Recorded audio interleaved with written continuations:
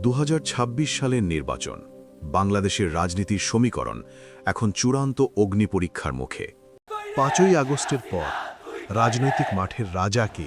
আমরা বাংলাদেশ জাতীয়তাবাদী দলের পক্ষ থেকে আমাদের সকলকে ঐক্যবদ্ধ থাকতে হবে। বিএনপি নাকি জামাত? পর্দার আড়ালে শুরু হয়েছে নতুন মেরুকরণ। কার পাল্লা এখন সবচেয়ে বেশি ভারী? সাধারণ মানুষের মনে এখন একটাই প্রশ্ন, ভোটের লড়াইয়ে শেষ হাসি হাসবে কে?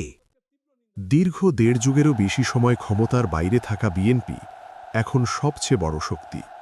ভারপ্রাপ্ত চেয়ারম্যান তারেক রহমানের নেতৃত্বে তৃণমূল পর্যন্ত দলটি এখন চাঙা।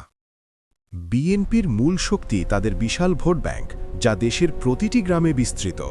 তবে বড় চ্যালেঞ্জ হল আভ্যন্তরীণ শৃঙ্খলা ধরে রেখে ৩০০ আসনে সঠিক প্রার্থী নির্বাচন করা। আমরা এই বিষয়ে একমত হতে পারি। হ্যাঁ, এটা গুরুত্বপূর্ণ। অন্যদিকে জামাতে ইসলামী গত কয়েক মাসে দেখিয়েছে তাদের সুশৃঙ্খল ক্যাডার ভিত্তিক সাংগঠনিক শক্তি।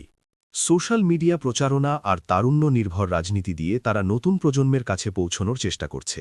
সামাজিক কাজের মাধ্যমে নিজেদের ইমেজ পরিবর্তনে মরিয়া দলটি এবার বড় চমক দেখাতে চায়। ছোট ভোট ব্যাংক হলেও জামায়াতের ভোটাররা অত্যন্ত একনিষ্ঠ, যা নির্বাচনের ফল বদলে দিতে পারে।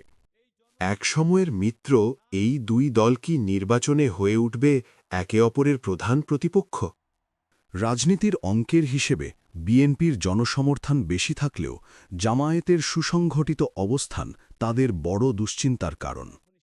তবে সব হিসাবের ঊর্ধ্বে সাধারণ ভোটার, তারা এবার কাকে বেছে নেবে?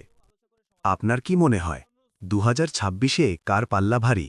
কমেন্টে আপনার মতামত জানান।